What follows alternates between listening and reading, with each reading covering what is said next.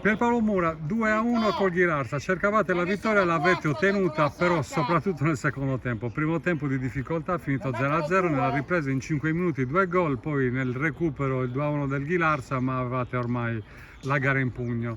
Di buono i 3 punti. Sì, sì, di buono i 3 punti tutto sommato in parte anche la prestazione. Diciamo che di questa partita avevo tanta paura, ho avvisato anche i ragazzi, che sono le partite più difficili, una squadra che non ha niente da perdere, devo dire poi messa bene in campo e il primo tempo abbiamo avuto grosse difficoltà ad arrivare in porta. Esatto, il vento che spirava alle spalle del Ghilarza sembra un po' che l'abbia favorito, diciamo, voi avevate, non so, poca precisione, l'ultimo passaggio, siete dati poco al tiro pur avendone la possibilità?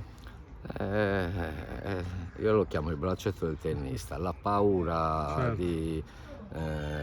del risultato e quindi purtroppo ci sta.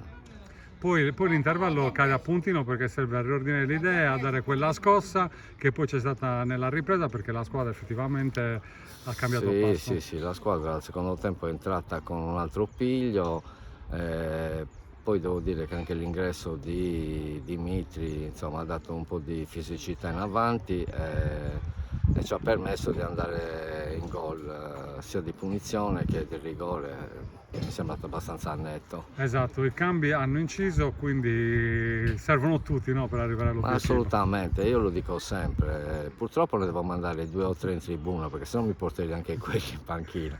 Servono tutti, sino alla fine, perché non tutti hanno i 90 minuti sulle gambe, voi per infortuni e quindi allenamenti saltati, assolutamente servono tutti. Guardando la classifica oggi sarebbe bello, ma ci sono altre 3 gare da qui alla Non fine. l'ho neanche guardata ancora la classifica e so che saranno altre 3 partite importantissime dove dobbiamo fare i punti per riuscire a salvarci, possibilmente evitando i play-out. Ricordiamo, Nuorese fuori in casa col Monastir e Carbonia fuori. È difficile vedere squadre non motivate. No, vabbè, anche il Ghilarza probabilmente non era motivata, però ci ha dato del filo da Non voleva torcere. retrocedere oggi, purtroppo è retrocesso. Vabbè, non voglio parlare degli altri Certo. perché chiaramente, però insomma le partite sono così e poi tutte squadre motivate, ma siamo motivati anche noi, quindi ce la giocheremo. Paolo, non era scontato comunque che la Ferrini dall'ultimo posto potesse risalire, perché i risultati scontati non ce ne sono, guardando la squadra uno può pensare sta facendo il suo, però a volte le stagioni possono finire peggio di come stanno andando. Sì, sì, guarda, basta vedere le prestazioni dei giocatori, perché magari ti fanno 1 o 2 partite da 10 e poi voi per l'età, voi per l'inesperienza ti sbagliano delle partite e ti ritrovi con una squadra a metà, diciamo. Certo. E domenica scorsa comunque a Tempio state per prendere un punto pesantissimo.